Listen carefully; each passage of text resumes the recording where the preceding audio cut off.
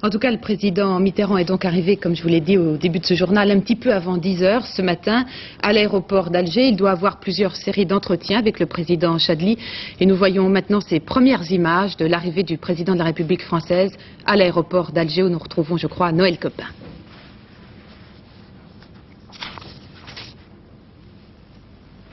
Les Algériens ont voulu donner un caractère exceptionnel à la visite du président de la République française et le ciel s'est mis de leur côté.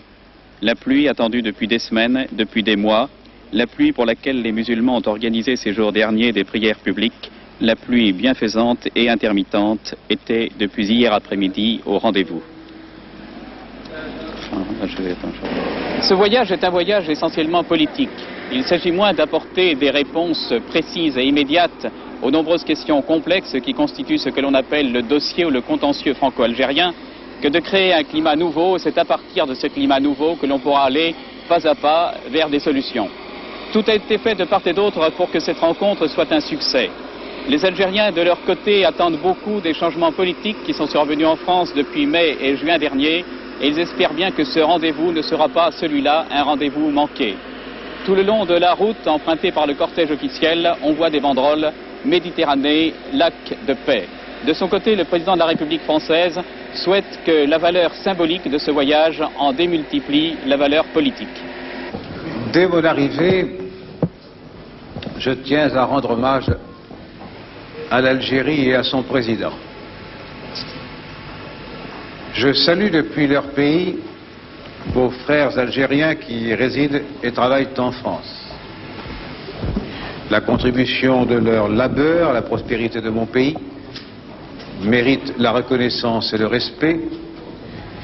Voilà qui leur est désormais garanti. La France et l'Algérie sont capables de surmonter et d'assumer les déchirements du passé. Il y a déjà bien longtemps que ces choses auraient dû être dites. Elles entendent, j'en suis sûr, franchir les obstacles et dépasser les malentendus qui ont trop longtemps entravé leur compréhension. Elles peuvent désormais fonder leur rapprochement, construire leur amitié sur une donnée nouvelle, la confiance. Dès ce matin, il accomplissait deux gestes symboliques. Peu après sa descente d'avion sur la route qui le menait à Alger, il s'est arrêté au cimetière algérien d'El Alia. C'est là que reposent plusieurs des principaux chefs du FLN. Près du mausolée de l'émir Abdelkader, François Mitterrand a déposé une gerbe sur la tombe du président Ouari Boumedienne, décédé il y a 3 ans. Hommage de la France à l'Algérie algérienne. En fin de matinée, François Mitterrand s'est rendu au cimetière français de Saint-Eugène.